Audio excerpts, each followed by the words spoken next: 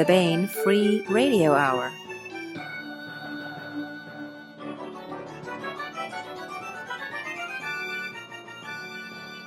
Hello and welcome to the Baen Free Radio Hour. This week, Sean Hazlett interviews Tom Kratman on For the Eternal Glory of Rome.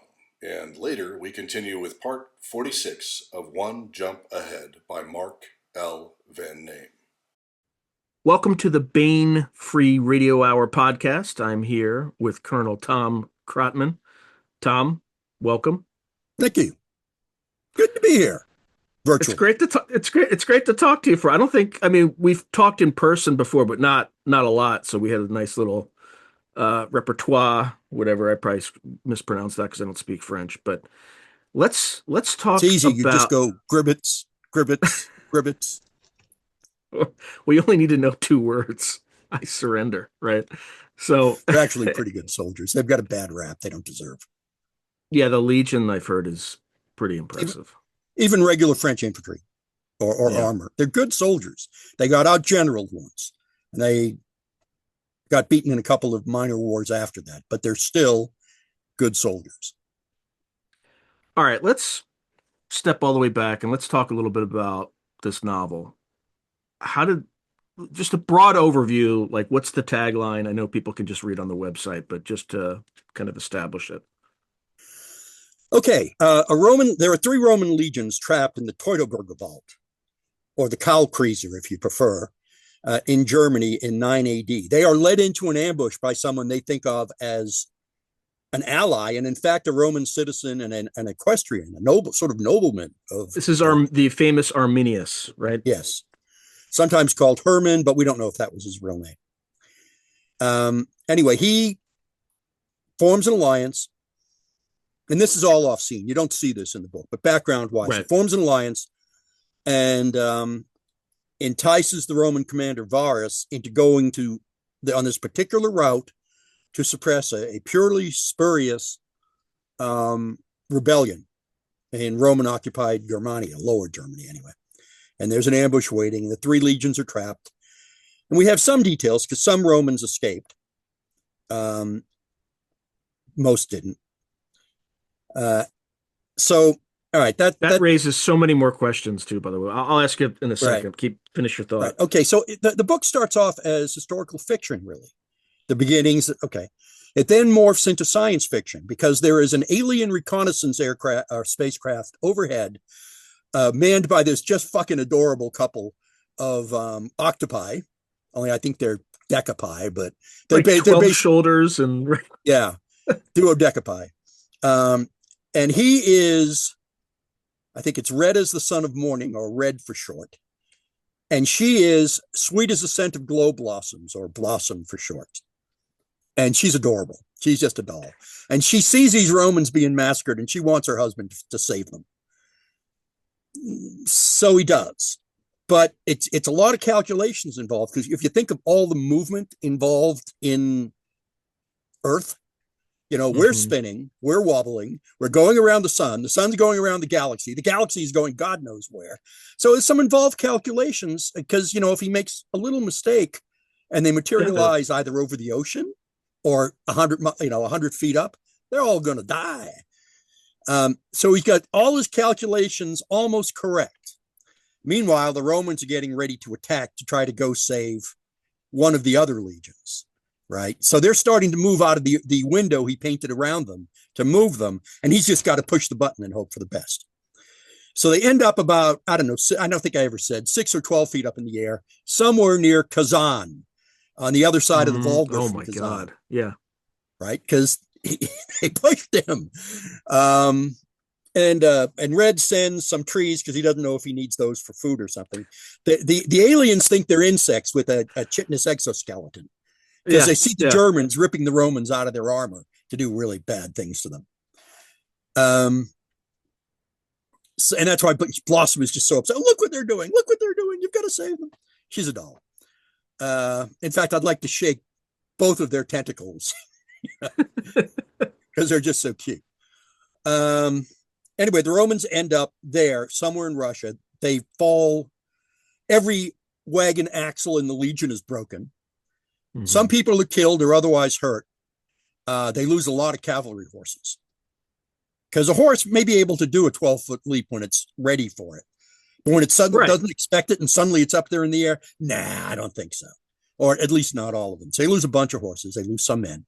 They lose their wagons. And they're stuck there in the middle of nowhere and they don't know where they are. So again, it goes from historical fiction to science fiction to about to be alternate history. Because they know they need to get home. And there's a side like this. There's their haruspics, their fortune teller, basically omen taker, entrail reader. Well, the oxen scene was particularly detailed. It was kind of interesting. The which?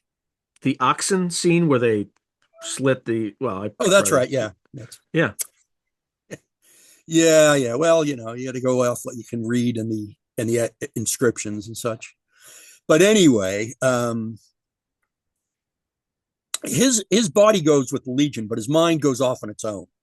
And that's kind of a minor subplot, is the aliens trying to reconnect his mind with his body. And he gets to see a lot of interesting things.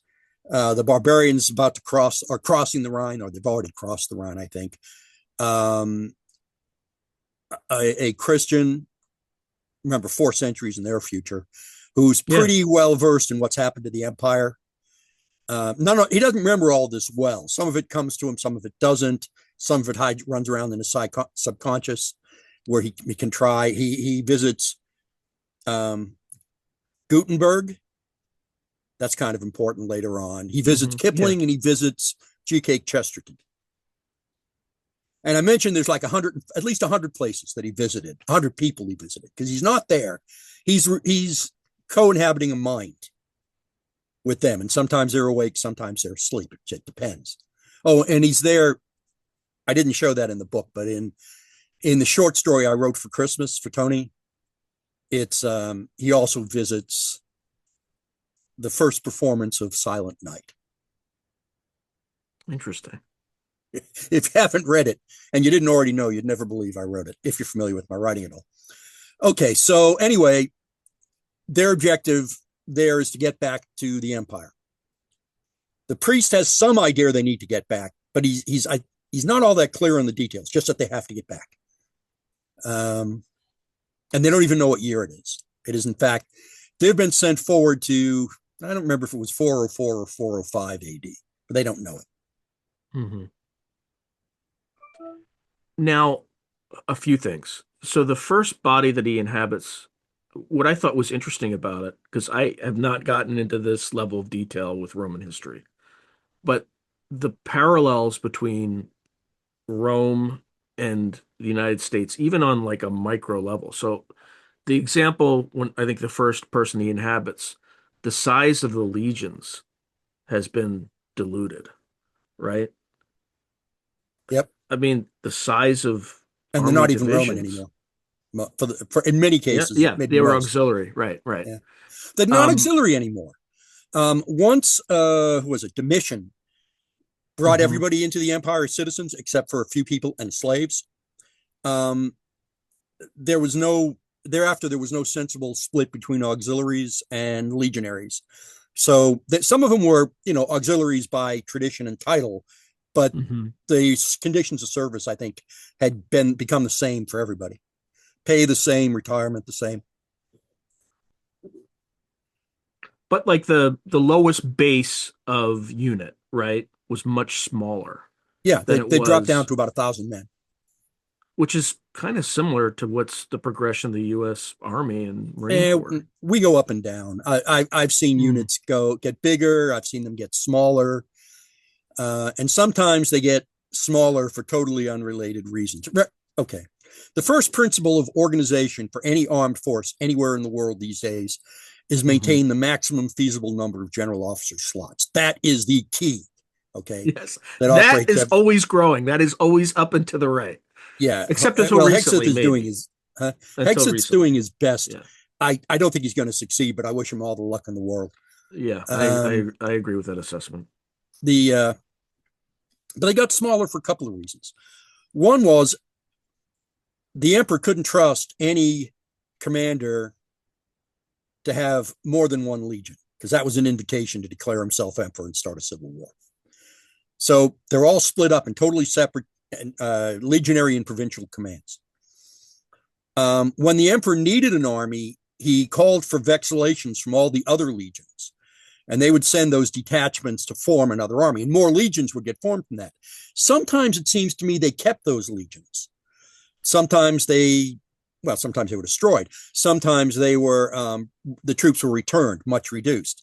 But you keep doing that enough, and the legions keep getting smaller and smaller and smaller and smaller. Then you include in the budgetary problems the legion had, particularly in like the 3rd and 4th century, 5th century starting, it's worse still. They couldn't pay all those troops, so they stopped. Legionaries become limitani. Some of the limitani apparently knew where they came from, and they knew they had been 2nd Augusta or 20th Rapax. I think 20th was Rapax. But they just kept getting smaller and smaller and smaller and smaller. And of course, that gives you more officer positions to fill up with people you're trying to curry favor with, and to so quality goes down, obviously. And one of the I'm going to digress a little bit here. When someone asks that question, you're usually thinking that I don't think this is your case, but other people watching this will be thinking Trump is trying to destroy the democracy. No, he's not. Trump is trying to save the republic. What he doesn't understand that he's doing, however, is he's demonstrating the close to complete ineffectuality of the legislature. Mm-hmm. And that, while he's not going to overthrow the republic, it's setting things up for someone. And I don't think Trump realizes this. He has many virtues and many flaws, but among his flaws is he's not particularly well read in history, and he's not historically minded. But he is, without trying to, delegitimizing, even though he's got a majority there, he's still delegitimizing the legislature. He also doesn't seem to be aware, maybe I'm wrong, of what's going to happen to him as soon as he exits office. If he gets Vance in, he'll be fine. If he gets Vance in, but he may also see what they were doing with Dominion machines, and anyway, a lot of that's being fixed though, or has been fixed already. Note the Democrats lost in 2024 because the things that they had used, and I think they stole the election. The things that they used to steal the election were no longer effective. They were being watched carefully at the polls. The machines were being watched carefully.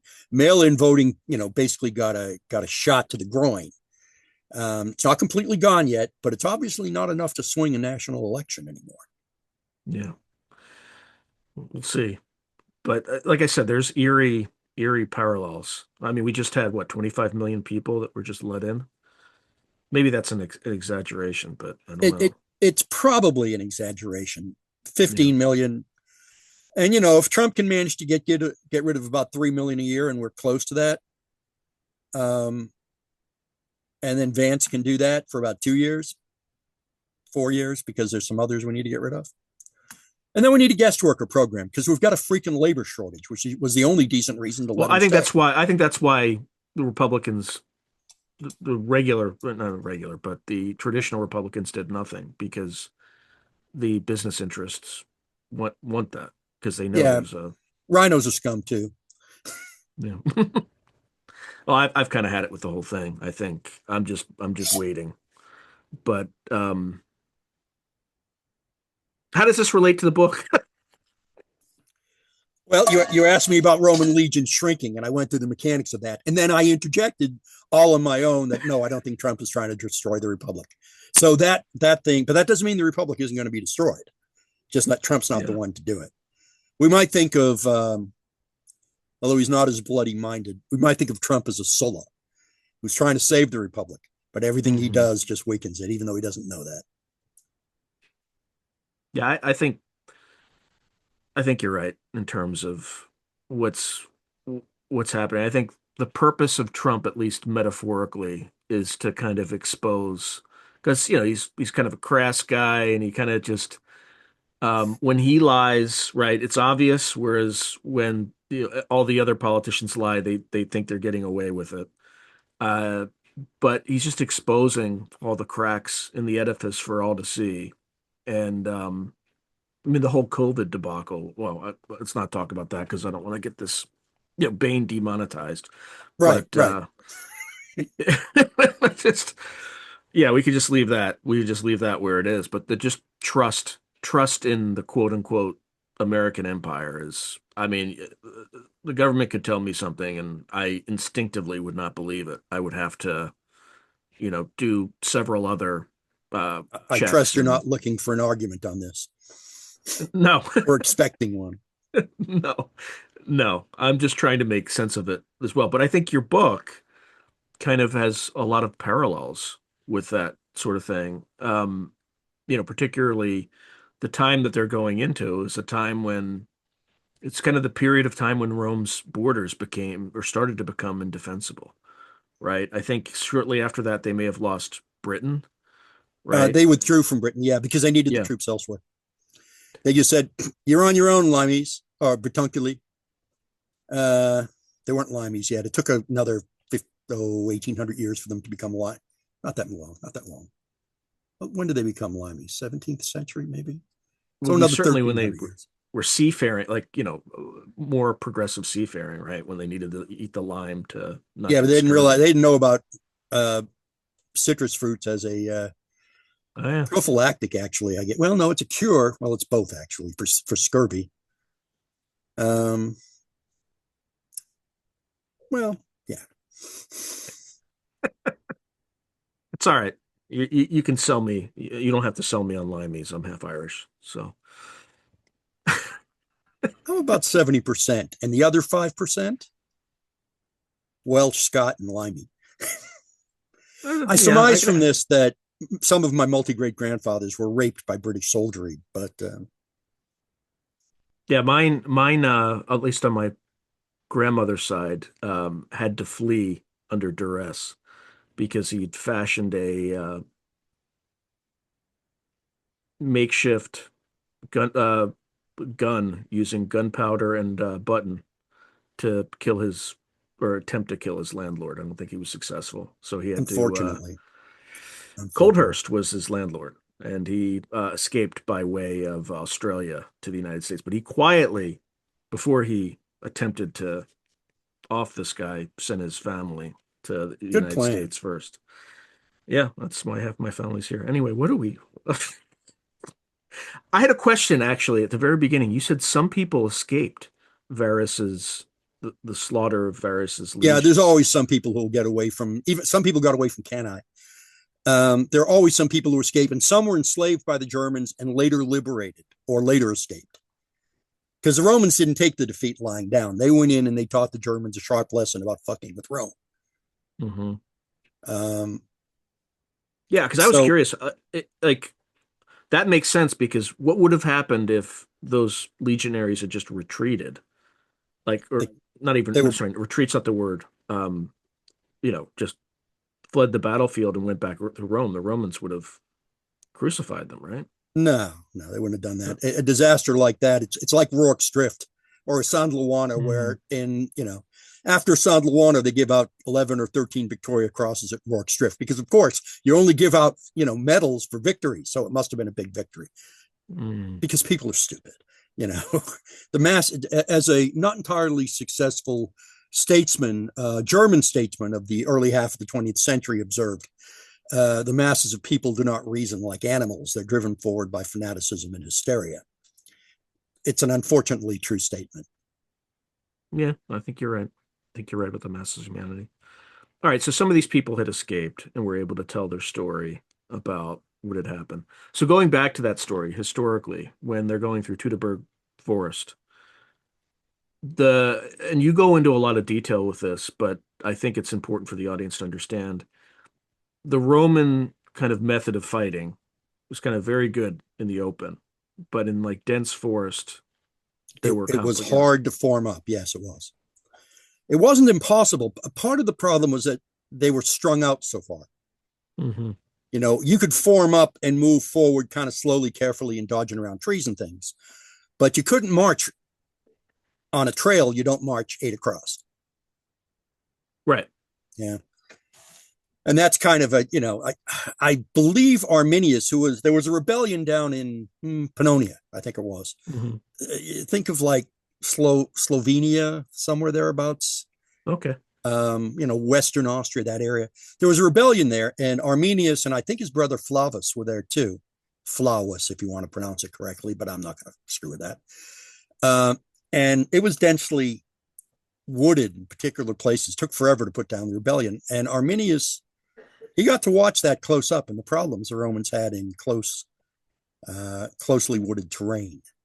And that probably led to his thoughts on how to destroy the Roman army of occupation in Germany.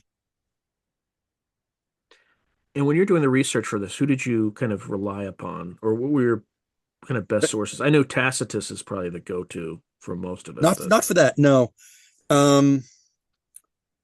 Well, in the first place, I've got a roughly 5 by 5 foot bookcase that is stuffed 92 to 93% full of books on Rome and the Roman legions.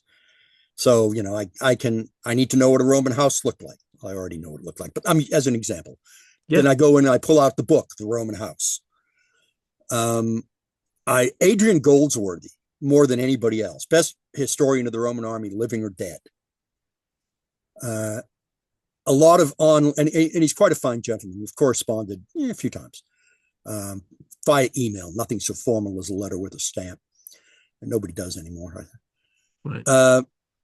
But I did a lot of stuff online. I just, okay, a question. I have a question, and the internet's good for that.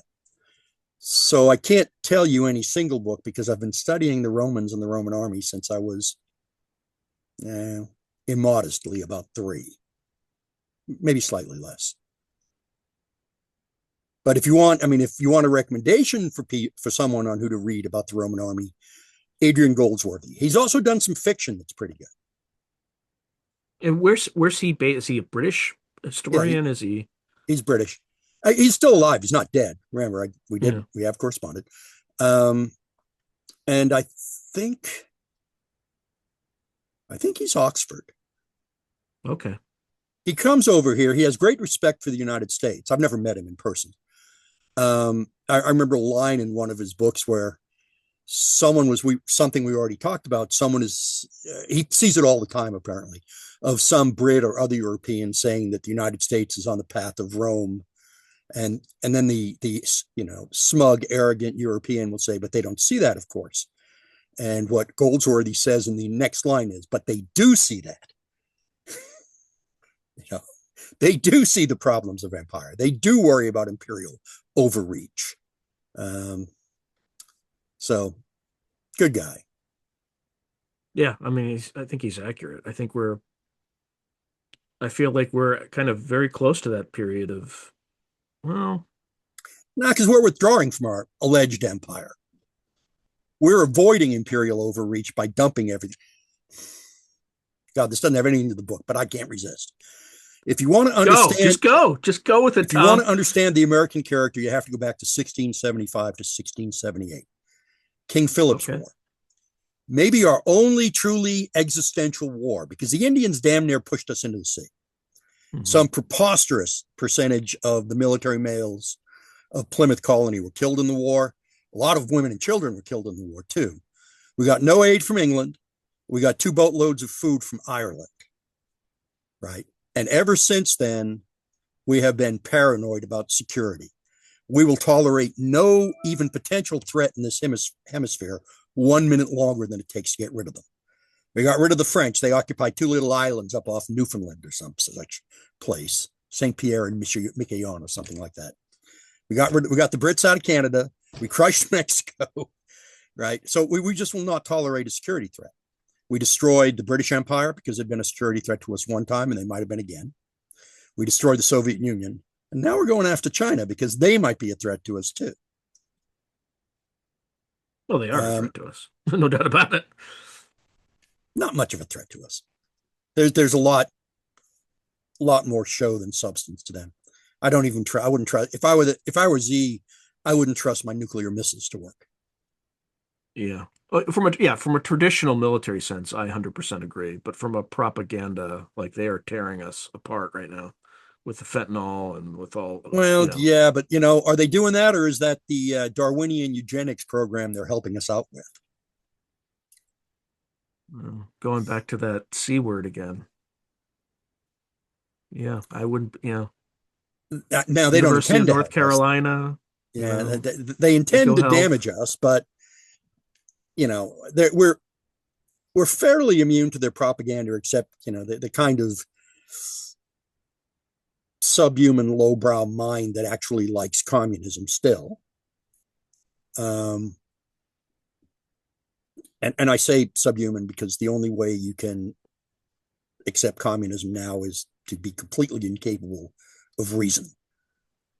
That doesn't mean capitalism is necessarily great, but communism is awful. So, and demographically, they're collapsing.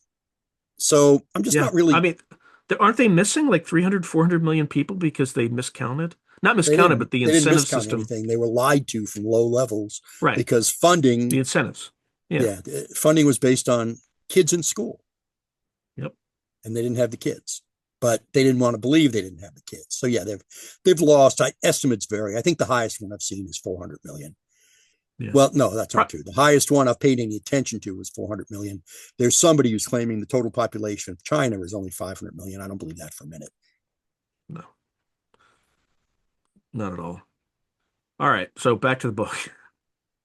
So I cause this all the time.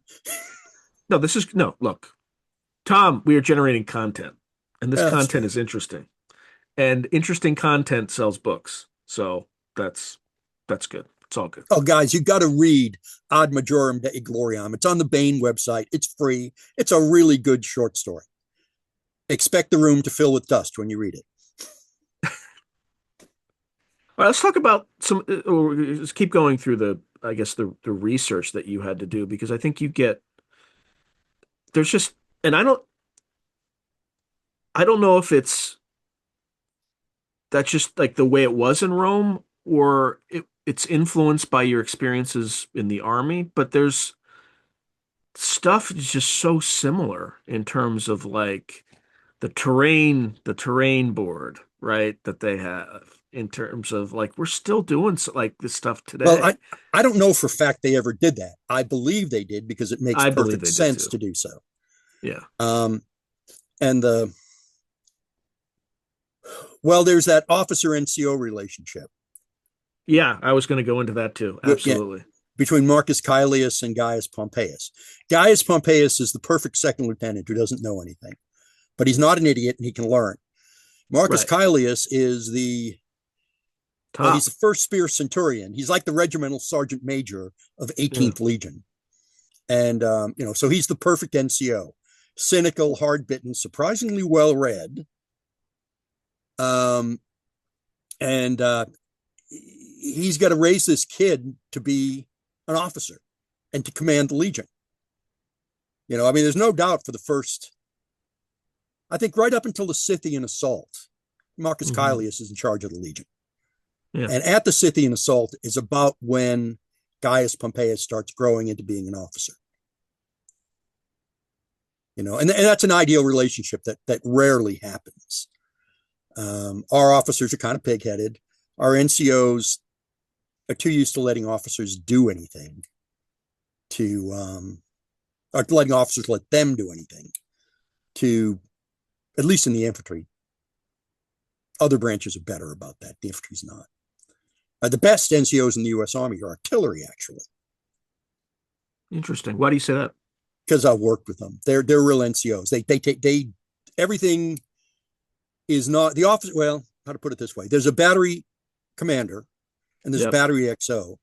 Now they've kind of got platoon leaders, but that's a relatively recent development. It used to be 6 guns and battery, and no platoon leaders.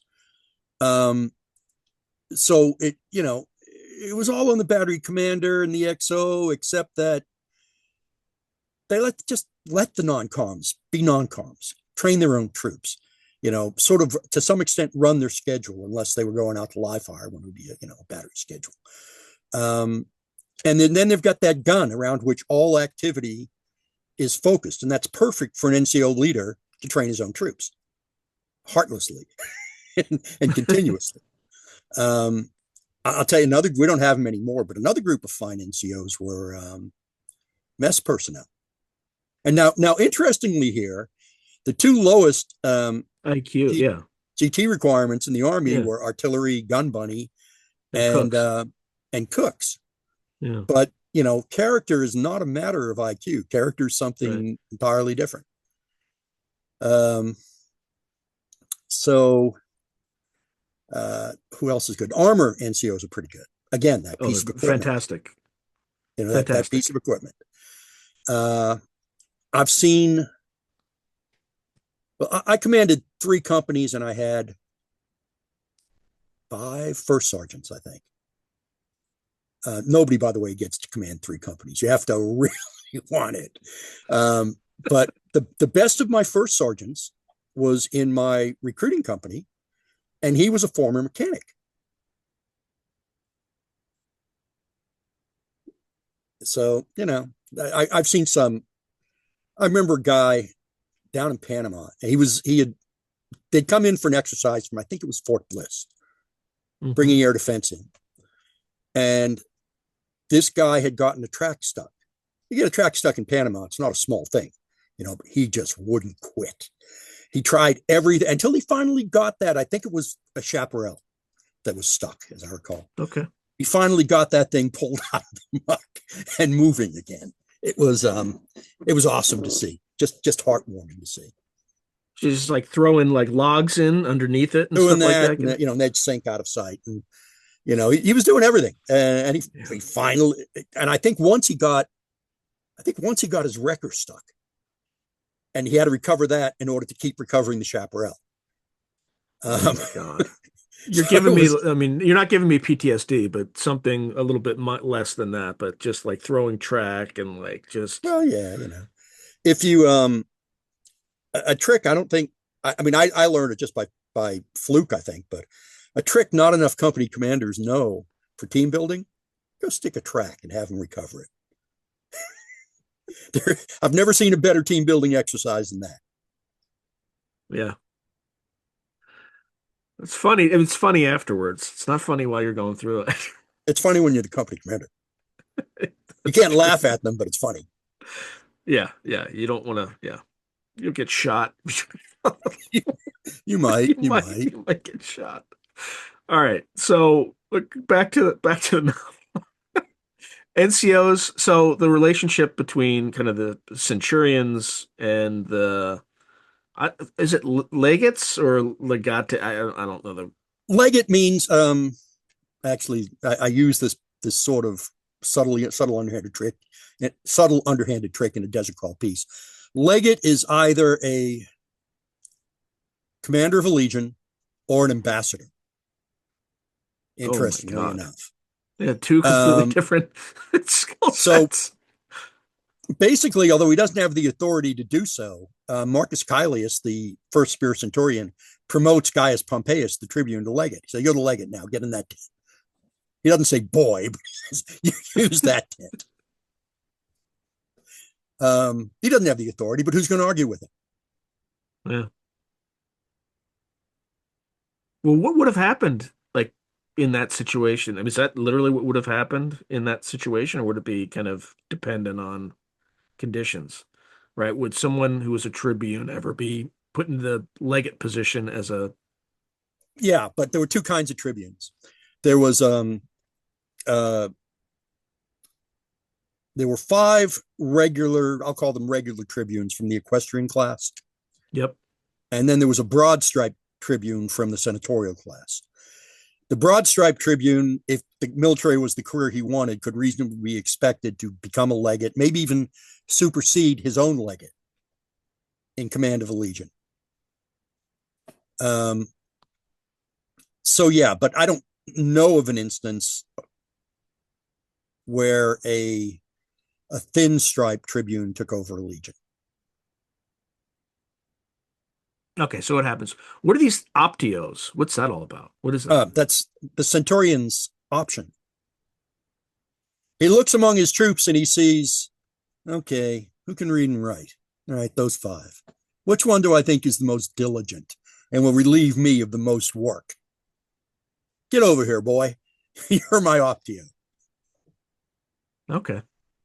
And he'd do the admin. It was kind of a sort of a platoon sergeant's job, but the centurions, I tend to think of them more as being non-coms. because we already have a class of officers, tribunes, and legates, and the camp prefect, who was a late entry British late entry officer. So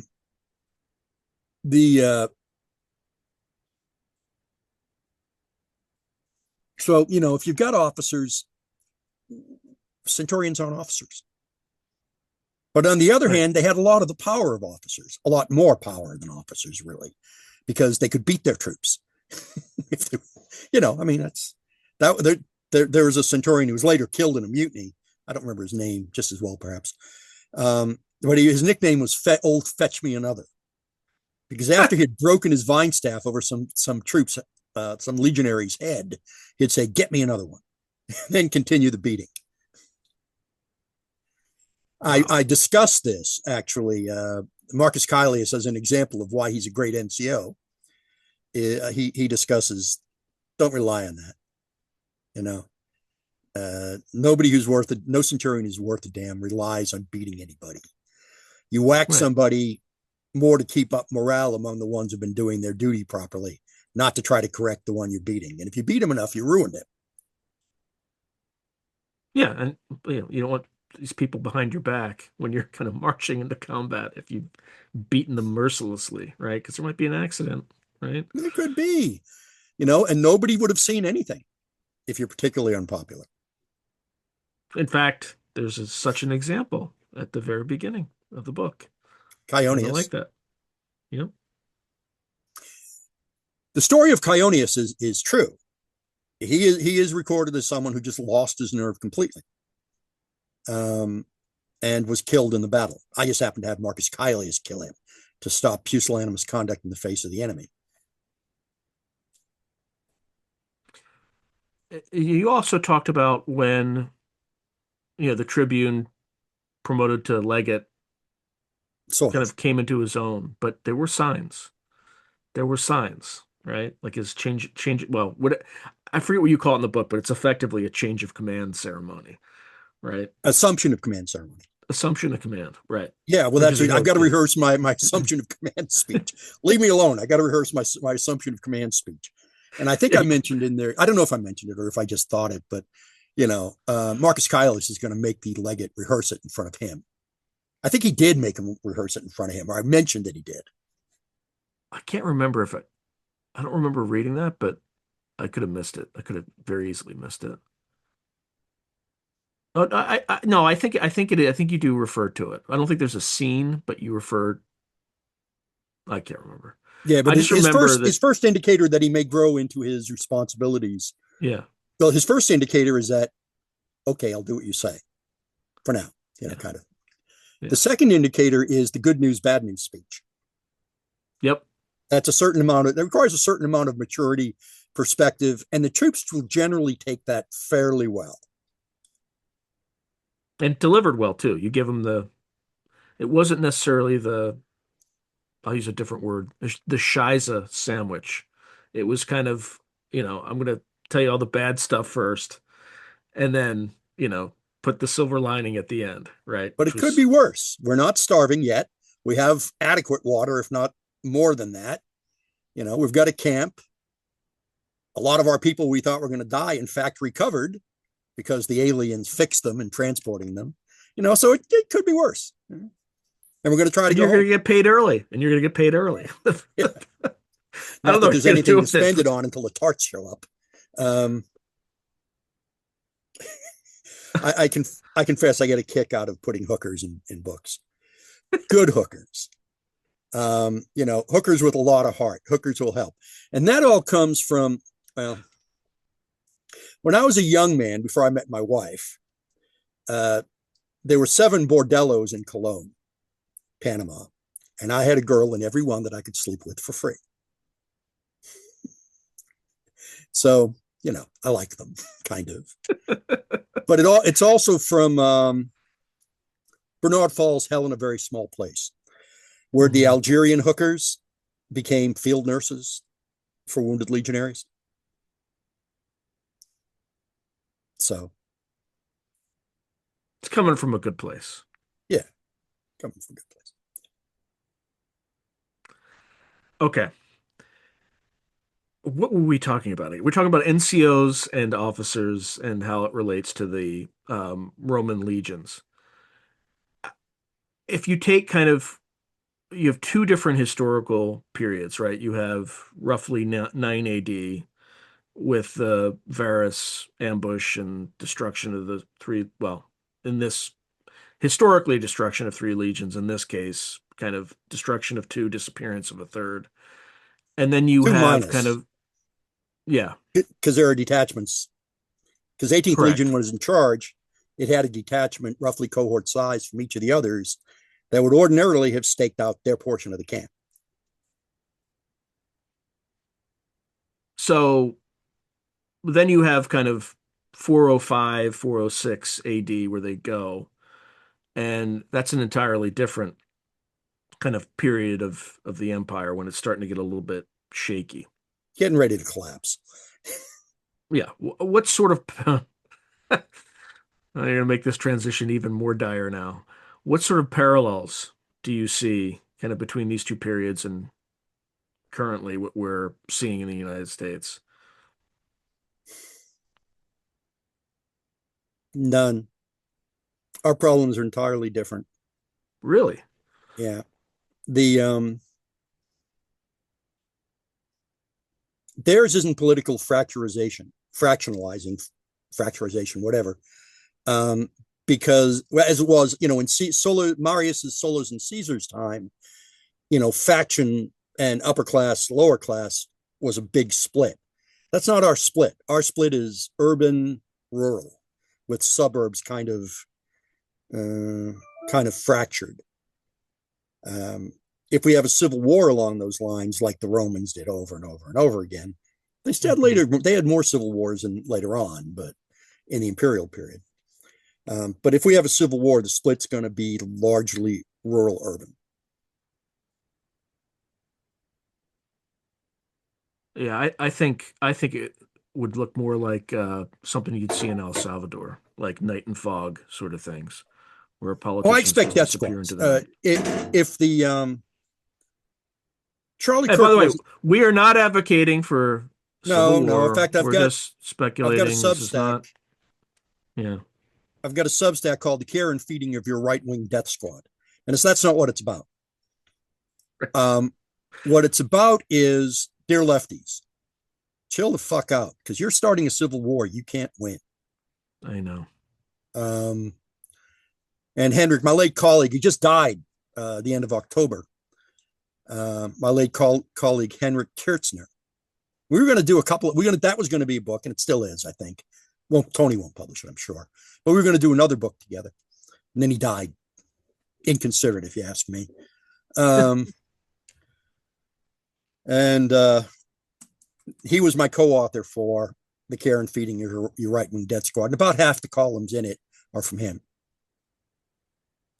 And some of them are free, some of them are behind a paywall. Anybody wants to look at it, look at it. And what's the actual address for the Substack? Literally what you just said.com? Or can you give me a second here? absolutely. I'm just trying to promote your Substack. Well, yeah, but I got to pull it up because I don't know what the actual address is. It's probably not my job, man. Substack. It's probably something.substack.com, something like that. I don't know. I just don't know. Here it is. The last column was Peace, Love, and Joy, Substack number 51. All right, it is https:// your right wing death squad.substack.com. Okay. Yeah. Okay, we got it. So everybody should definitely check that out. And if you have questions about extremely happy thoughts. I don't know if they're happy thoughts because Jesus, how the hell did this happen, Sean? Now you're so small, I can't. They're bigger, sort of bigger, not really bigger. That's all it's going to do. It is, you dirty bastard of me. There we go. There it is, right there. There we are. I hate computers. I live on them, but I hate them. Eh, Did you hear that, I'm okay with them. machine? Better be careful because AI's listening now. Rocco's basilisk is going to Oh, reach back from the AI. future. I've discovered three things about AI since I It can't started do using can't it. do One math. is AI will lie to you. Oh yeah, Two yeah. is AI will pander you. Oh, that's such a brilliant thought. Yeah, right. And the third one is AI is lazy. You wouldn't think so, a machine, but AI is lazy. No, there's a reason for it. There's a good reason for that. Eh, Because we more don't want people Skynet. are more people are using it, and it's so AI has to deprioritize things, otherwise it consumes too much energy. And Well, then that's a lazy. I whole don't. No excuses accepted. It's lazy. I'm yeah. even paying for the premium AI from brother Elon, and Grok is lazy too. Yeah, I think I told it to go F itself yesterday because I asked it to draw a picture of a baby with a cigar and it lectured me. And I'm like, and it didn't pander to me then after I did that. So anyway, neither here nor there. Themes in this novel. What are kind of some of the emergent themes that have come up? Emergent themes. Well, you know, I don't write anything without some political axe to grind, right? Of course. Right. The real political axe to grind in this one is, are you familiar with the concept of late antiquity? Say more, Okay. Well, liberalism, as I think it was James Burnham said, is a philosophy designed to console the West while it commits suicide. which is basically what we're doing right now. Yes. Kind of. At least we're recovering, but Europe is so screwed, we're going to have to come up with a new word. Especially Britain. Britain is in real trouble. They all are. I think we just pay more attention to the Brits because we care about them. Mhm. Even when we're Irish, we care about the UK in a way we don't care about Germany or France or Spain or Well, even uh, Ireland's going through this, except they're yeah, starting Ireland's to. wrecking itself too. Although a terrorist group, well, excuse me, I, did you see that video of the get three guys? So, yeah, okay. I'm I not hope sure if that's intelligence though. It has like kind of a counterintelligence sort of flavor to it. I it don't know. It's hard to does, tell. and it's kind of performative rather than Yeah, real. yeah. In addition to which, they didn't use voice. They didn't use anything to hide their voices, and we can find their voices these days. So yeah, I'm not so sure myself.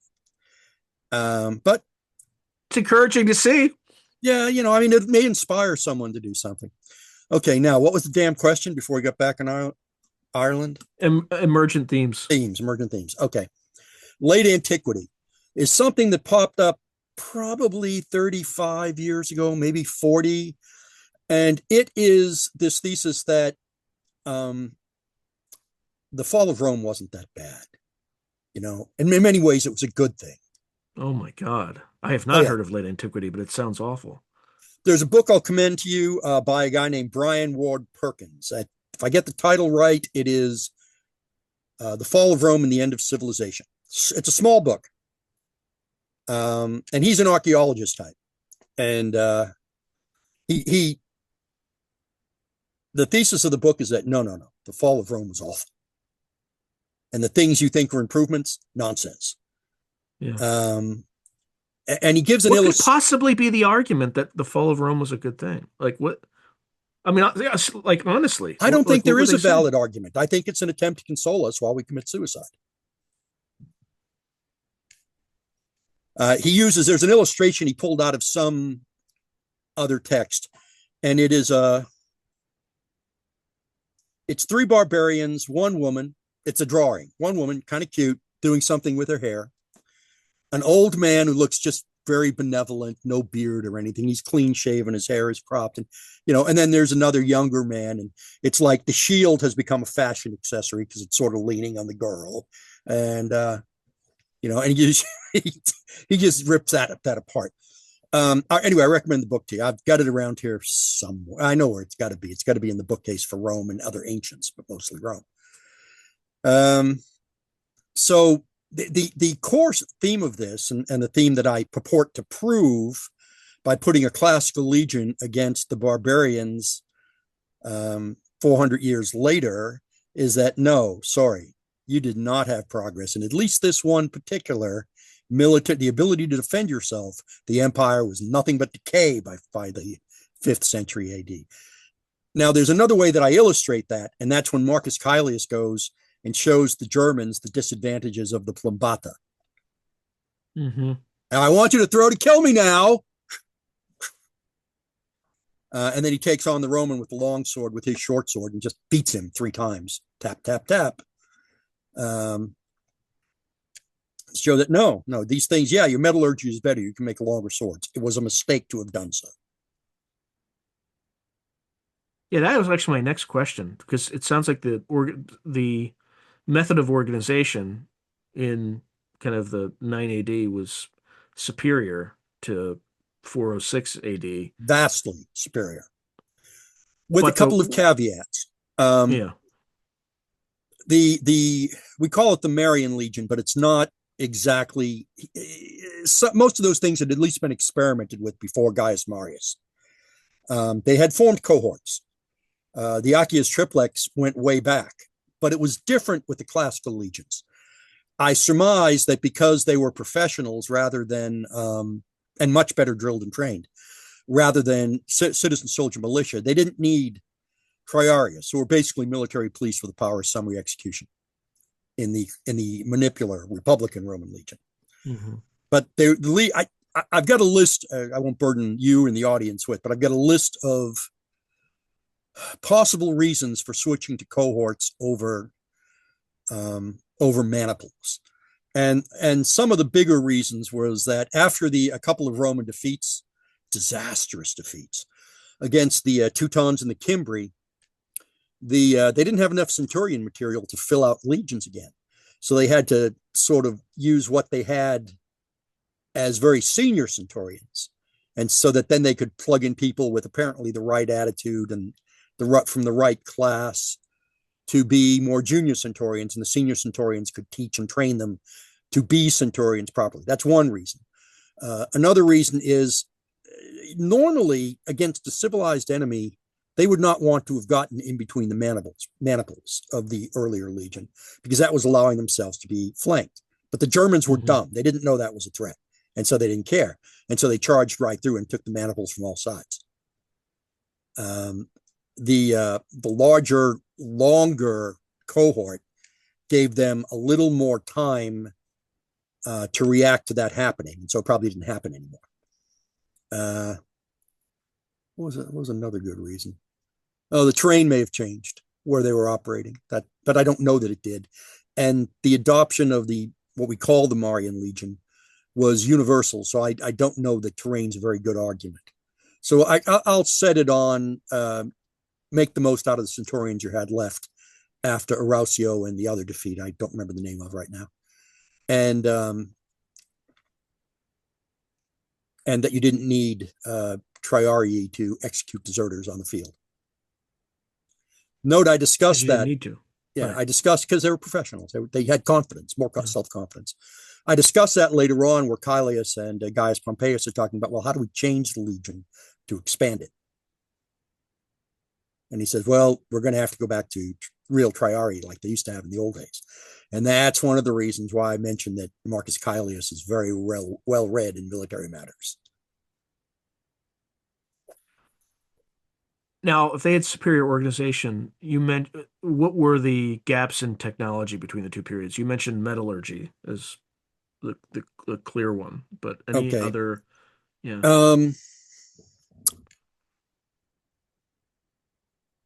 I don't think they developed a better plow. They didn't have any harvesting machines that I'm aware of.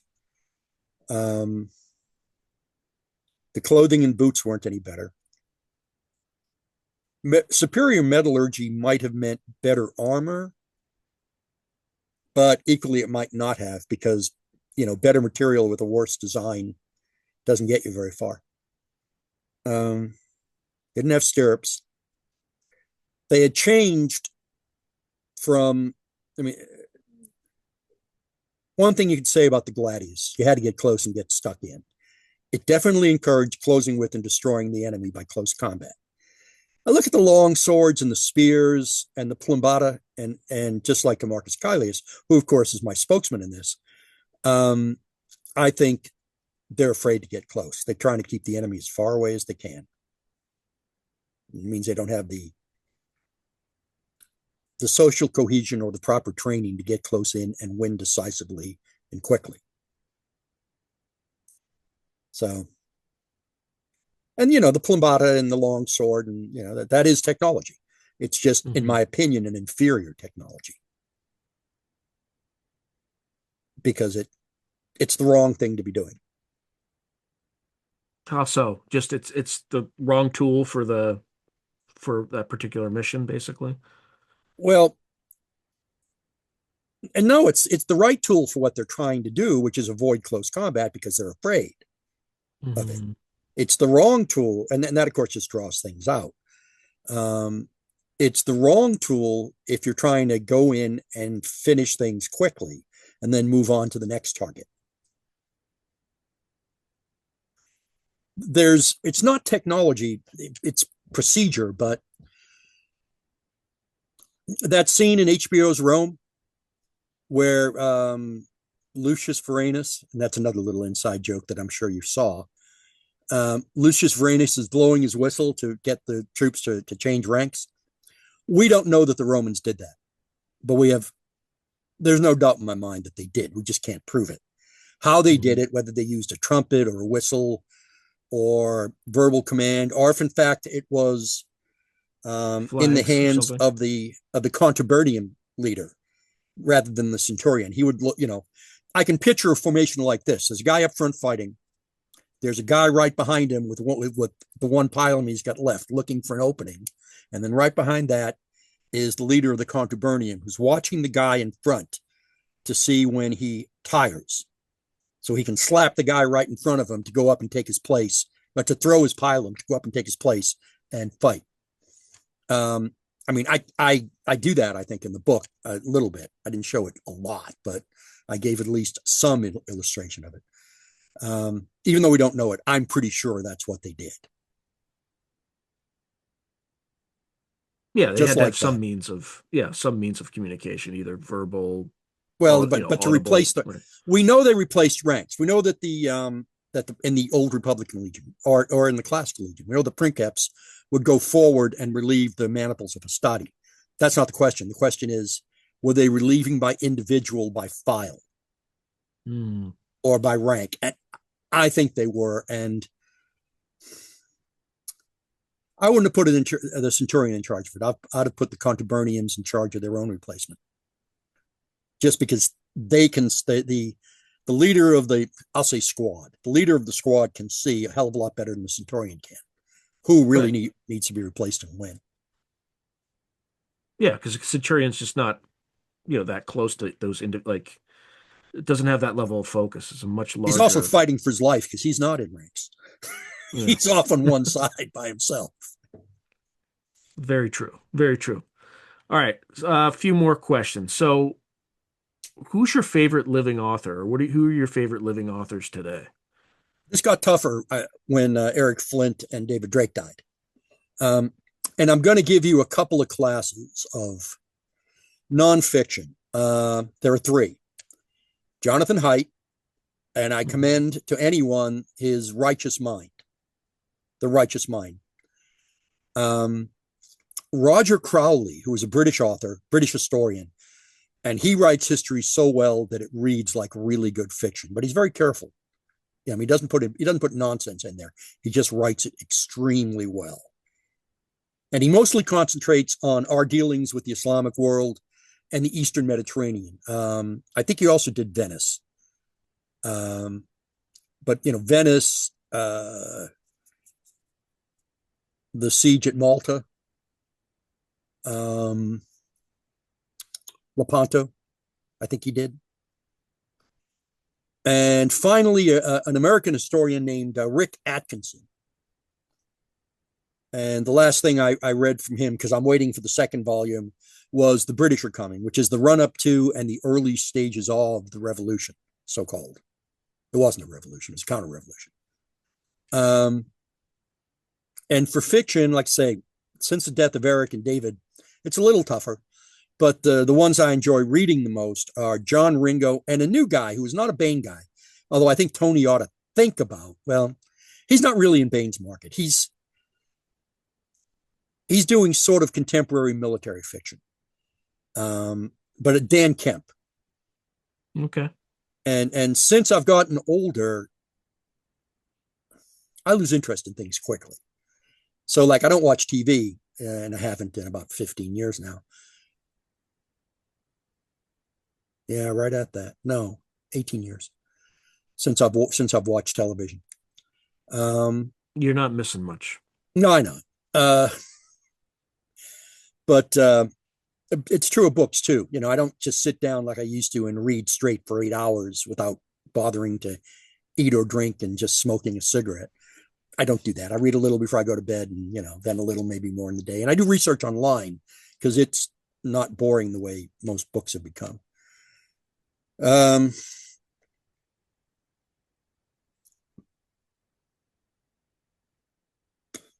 yes, I remember. See what I mean? How hard it is to keep track when you get old? Senility, it's a bitch.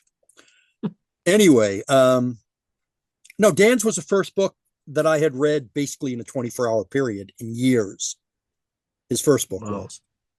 So, and there are things, it's not how I do it, how he wrote it, but that's not really a criticism. It's different. Right. It's first person, different. which I don't do. Well, actually, I do modified first person to some extent, insofar as I give a good deal of insight by putting thoughts in there. That's chick fic, Difference between male fiction and chick fic. Men want character displayed by action. Mm-hmm. Women want character by being able to eavesdrop on innermost thoughts.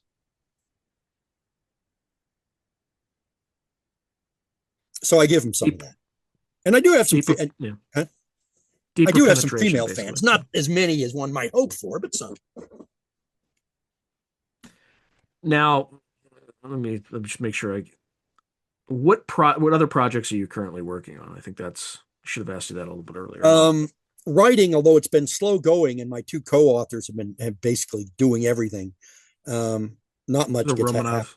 Romanov Rescue, the third volume, and that's covering the continue with the Russian Civil War. We'll end that portion of the Romanov Rescue verse with volume 4. I don't think we'll go to 5 really.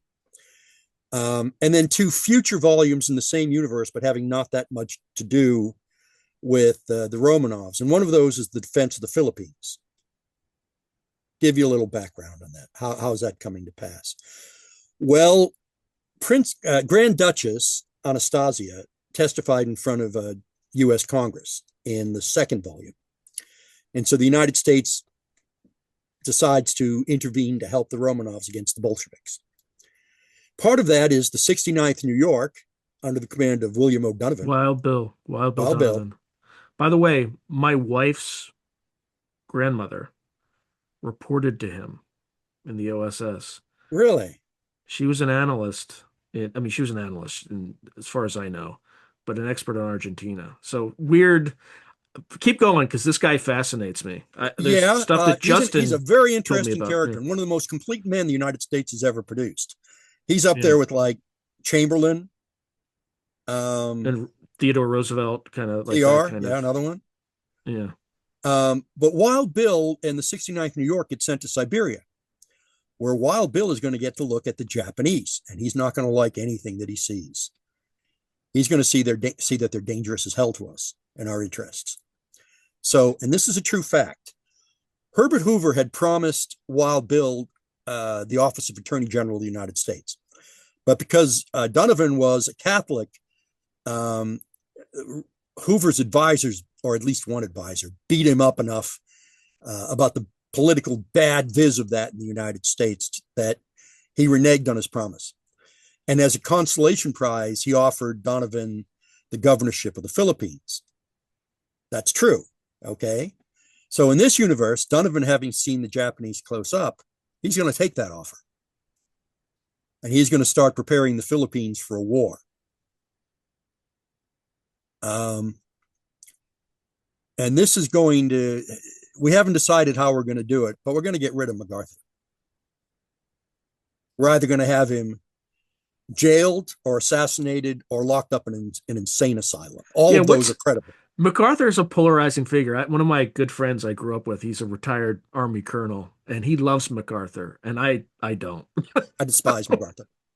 Okay, There, I right. think There he's are a three people pompous. for whom the rule of nil nisi bonum doesn't apply as far as I'm concerned. One is Woodrow Wilson, whose memory cannot be shat upon enough. He didn't just fuck up the United States, he fucked up the world. The other one is Robert McNamara, who knew we had lost in Vietnam, but kept us at it because of temporary political points and prestige and his own personal ego. Mhm. And the third one is Douglas MacArthur, who fucked up almost everything he touched and got away with it. I know, I know. Fired on U.S. troops in the bonus army. Remember that when he was ordered not to? That's Like, not even a look, fuck up, but that's, eh, I mean, it worked. But no, I'm talking about things like his G4 in the Philippines begs him to let him start collecting food. MacArthur refuses. Oh oh, I no, didn't he's know going to that. stop the Japanese on the beaches with Filipinos, undertrained, ill-led, badly equipped Filipinos, right? So by the time MacArthur realizes that no, he's not God, in fact, it's too late to collect that food, but what has been collected falls into Japanese hands and supports their operations, not ours, right? Um, okay, and then the moral cowardice. Look up Dimples Cooper sometime. That was MacArthur's underage Filipino, half Filipina, half Scot mistress, Oh my um, God. whom he brought to Washington. He didn't buy her a coat because, and I think this is a quote. All of her duties were in the bedroom. She didn't need to go out in the apartment he provided for her. And he was such a little mama's boy, such a moral coward. He wouldn't even admit to the girl. Well, And he bumped her. his mother like lived at West Point while Oh he yeah. was a cadet, right? And one has to wonder who she was blowing. Um, okay, Dimples Cooper. There's a day during the Philippine Defense of the Philippines campaign where, while his troops are locked in mortal combat, MacArthur spends the entire day nagging the Philippine government for payment of a bonus he was promised and the investment of said bonus, which made him wealthy after the war, by the way. When his troops are locked in mortal combat, he's worried about his own money. He should have been shot for dereliction. And then more of his godlike arrogance and stupidity with the Chinese intervention in Korea. Mm-hmm. Right. Totally despise. Oh, and then there's taking the credit for things that Halsey was doing, you know, as if he were the commander of the entire theater in the Pacific, which he wasn't. You know, there's shortly before Pearl Harbor, he had a chat one night with Thomas Hart, Admiral Hart. And Admiral Hart went home. They were family friends. You know, the Harts and the MacArthurs were family friends. He went home to his wife, Hart did, after that and said, Douglas has gone completely certifiably insane. So, however we get rid of MacArthur, MacArthur will be gotten rid of. And the Philippines will have a much better defender. Because although Donovan was an amateur, he's a very talented amateur. Well, I mean, didn't I mean he led a regiment in Siberia, like historically, like truly, not just in the book, right? He led a Like, battalion. He led a battalion. okay, but it I was don't think he like in became Siberia commander during the of Russian the Civil War. 69th New York until like shortly after the war, or at the very tail end of it. I don't think. I'm not 100% certain, but I think he was just commanding a battalion. But he Hmm. becomes a regimental commander in Siberia or on the way to Siberia, or shortly after the war's over. Someone in there. I'm not doing his part. You'll have to ask Justin Watson when we do that interview. Well, Um, that's the only reason I know about it. I was talking to Justin. He's like, "Yeah, while Donovan was in the Russian Civil War." I'm like, "What?" And he was telling me all about it. I mean, it's fascinating. yeah, I don't think he was actually. I think he's going to be though. Oh, no, I think he was like in Siberia. Let me just do a check. Maybe I'm wrong, but let's see. Wild Bill Donovan, Russian Civil War. Let's see what comes up.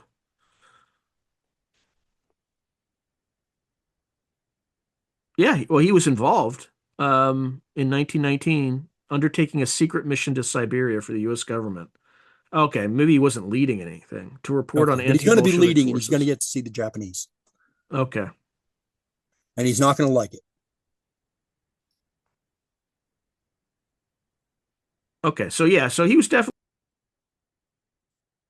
We just lost sound. necessarily Okay, we're back. necessarily leading any forces, I guess, but he had an espionage mission for sure. So Well, just the guy's a fascinating guy. He's oh yeah, absolutely yeah. fascinating. Um, but he's going to do a much better job.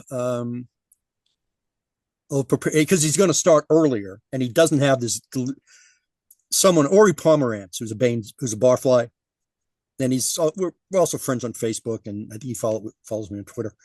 But he had let's see, how did he phrase it? Oh yeah, MacArthur's theology was unsound. He thought there was a fourth person in the Trinity. Him. Yeah, that's about right. Just I don't know. There's something at a gut level with that guy. You're just I mean, you've worked for I'm sure in the military that had like 1/10 of that arrogance and it's just Oh, what's insufferable. his? Yeah, BB Bell was one. The BB Bell was pretty competent. What's his name? Wesley Clark. That was the most MacArthur-esque character I ran into in the army. Um, and yeah, legend in his own mind. Hmm. In what capacity did you work with Leslie Clark or I didn't work Wesley with him. I Clark? got to observe him on a trip to NTC. Now you're speaking my language. That's where I spent all my time was at NTC. What 32nd GMRR. at the time it was the well, it's been a while. 100, maybe 32nd 132nd? Krasnovian Guards Motorized Rifle Regiment, Yeah, I we were think. definitely Krasnovians. Yeah, motorized rifle regiment, all that good stuff. I was in the first motorized rifle regiment, I think was the last when I was a XO, which basically just meant you were a CRP, Combat Reconnaissance Patrol, which was awesome. That was awesome because my commander was kind of the regiment's golden boy. He's a general now. Um, but they would just put us as the first battalion to smash into so I would be the first one out there, like send them through here and the entire regiment would just smash through. It was wonderful. Yep. It was a ton of fun. Excuse me a minute. Julie, no. Um, I still lose sleep sometimes because of the needle. I was a headquarters company commander. I wasn't up front. You know the Hmm. needle? This very narrow terrain feature that juts south, avenue of approach to each side of it. Are you talking about the Whale Furlong Gap, Yeah, I don't remember it by that name. Red Lake Pass, That dumb the look on my face. Needle?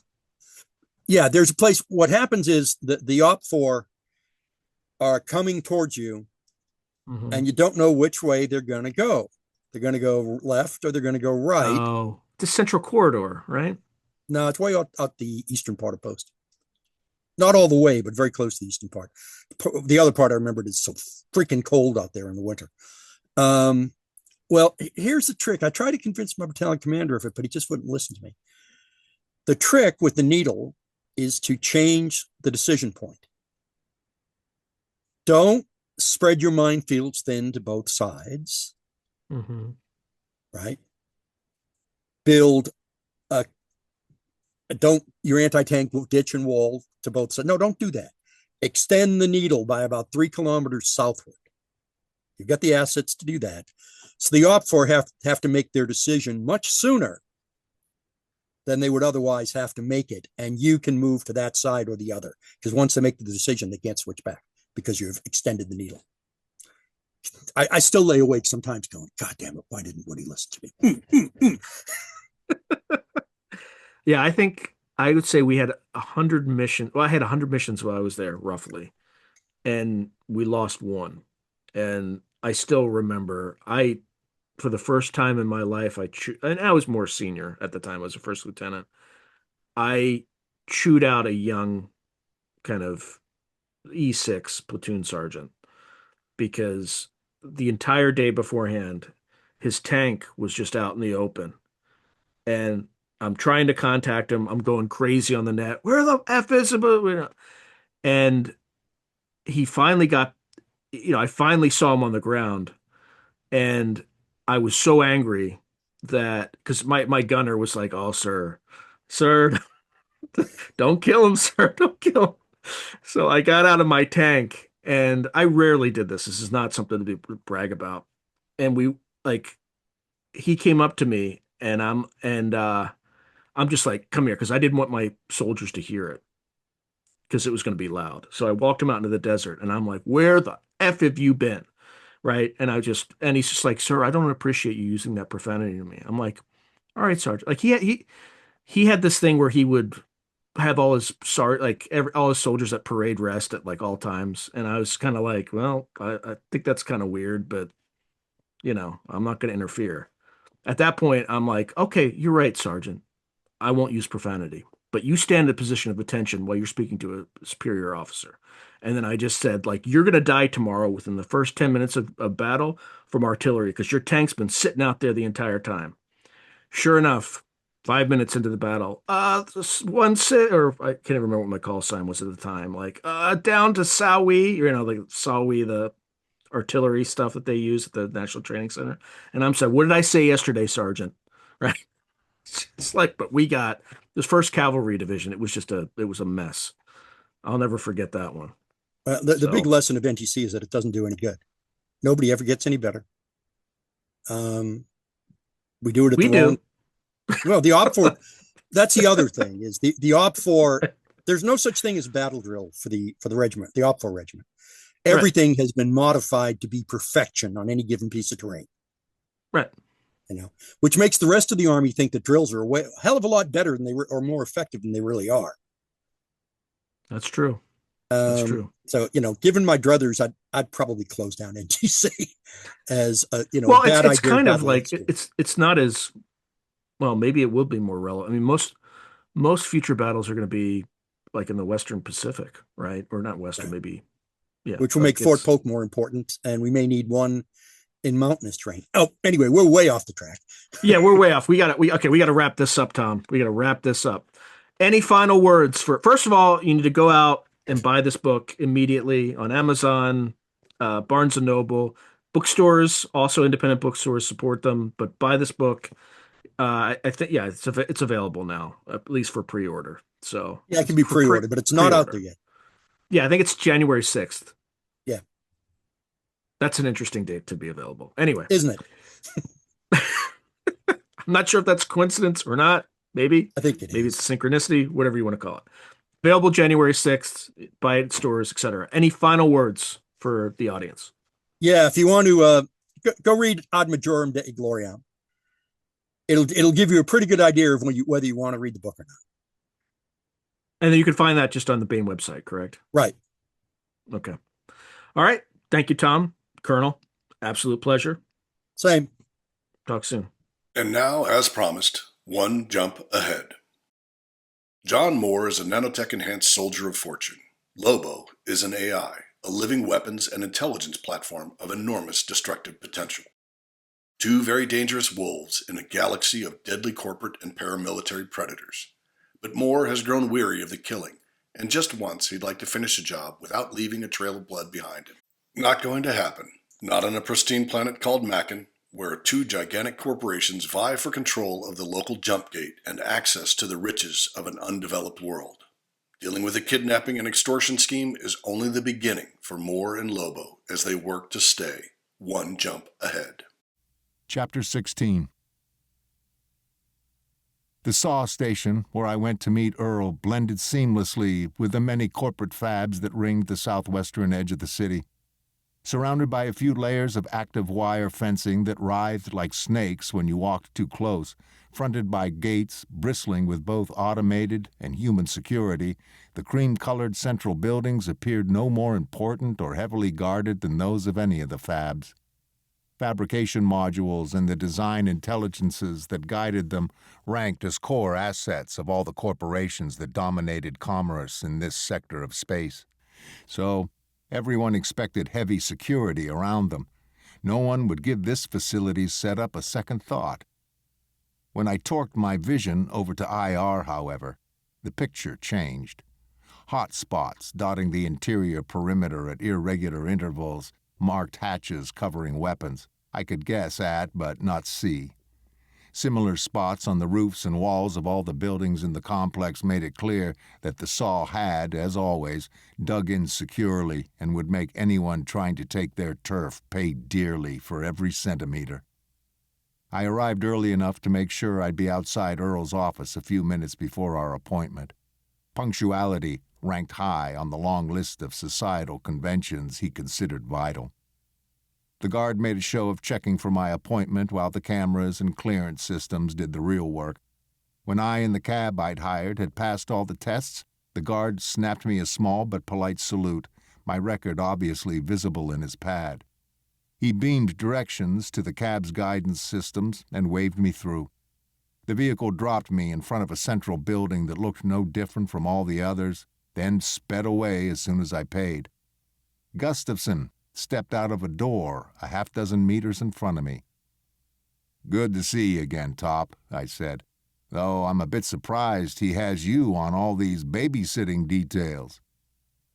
Gustafson pulled on the outside seam of his right pants leg.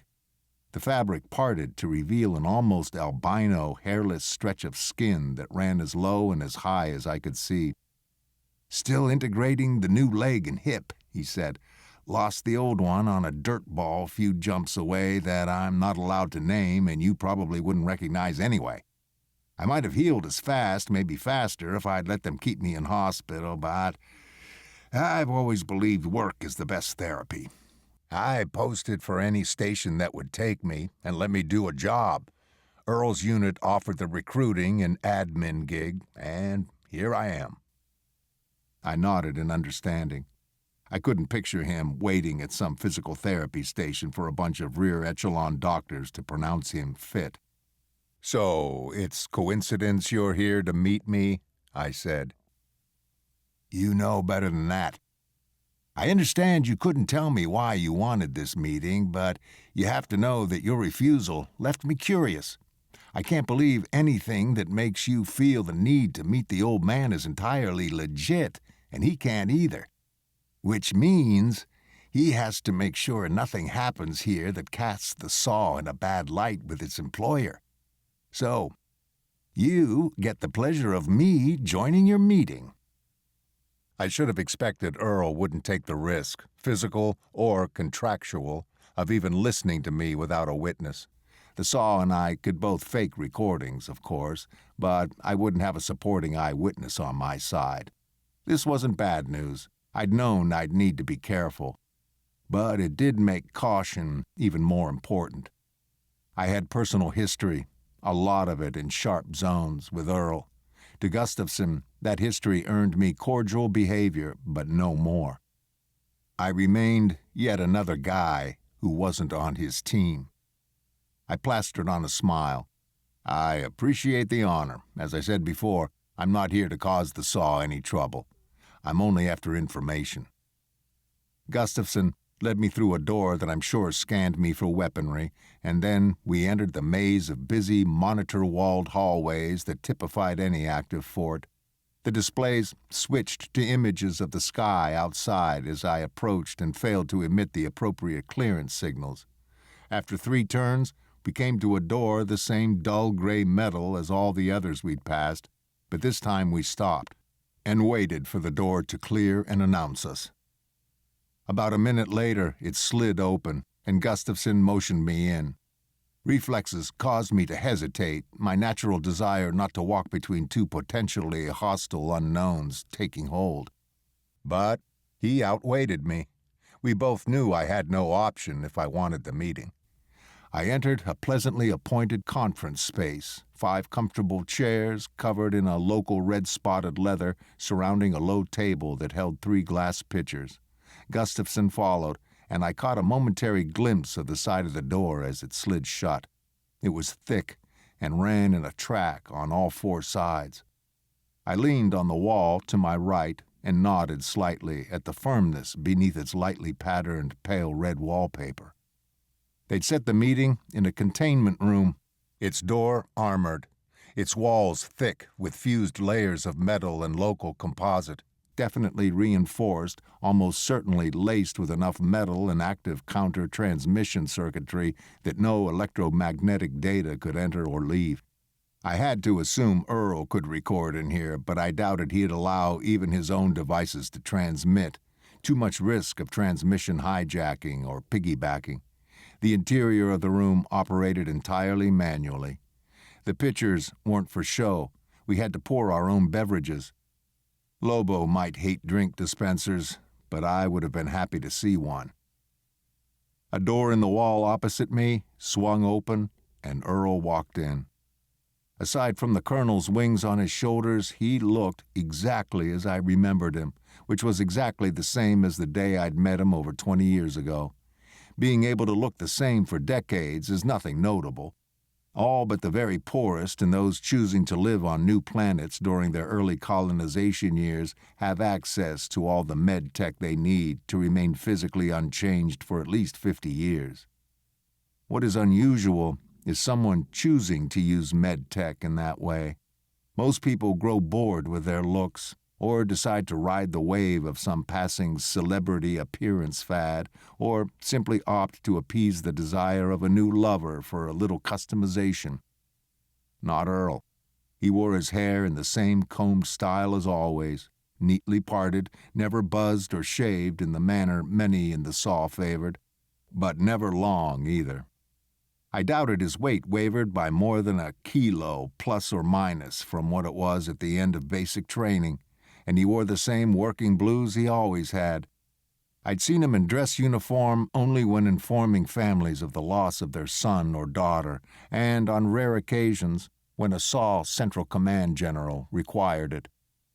A good 20 centimeters shorter than I and considerably lighter and less muscular, Earl nonetheless was one of the men I'd least like to face in combat, because I knew he'd never be trying to fight, only to kill.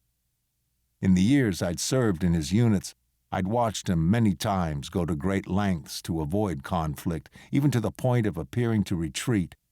When he finally judged conflict to be unavoidable, however, he acted quickly and committed completely, bypassing the small moments of hesitation common even in most highly trained fighters. I started to salute him, but he waved it off. "None of that, John," he said. "You're a civilian now, so this is strictly informal." "As you say, Colonel Earl." "Please, just Tristan." He pointed to a chair opposite his, and Gustafson took one between us. I smiled. "Sorry, Colonel, but some habits aren't worth breaking, and though this is an informal visit, that doesn't mean it might not be of professional interest to you." "Of course," he said, smiling. "I didn't think you came here just to tell me how much fun you were having since you left us, or how much you were enjoying traveling with your new PCAV." His smile never wavered, and he never looked away. This has been the Baen Free Radio Hour. Thanks for joining us at the heart of science fiction. Join us next week as we begin Sean Hazlett's interview of John Ringo and Lydia Scherer for Beyond the Rift with Part 1.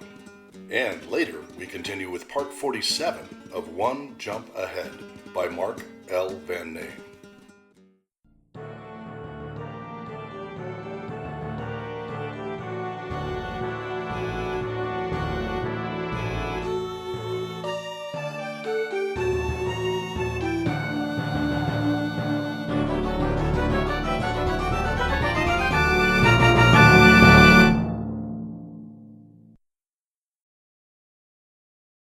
Score by Ruth Judkowitz.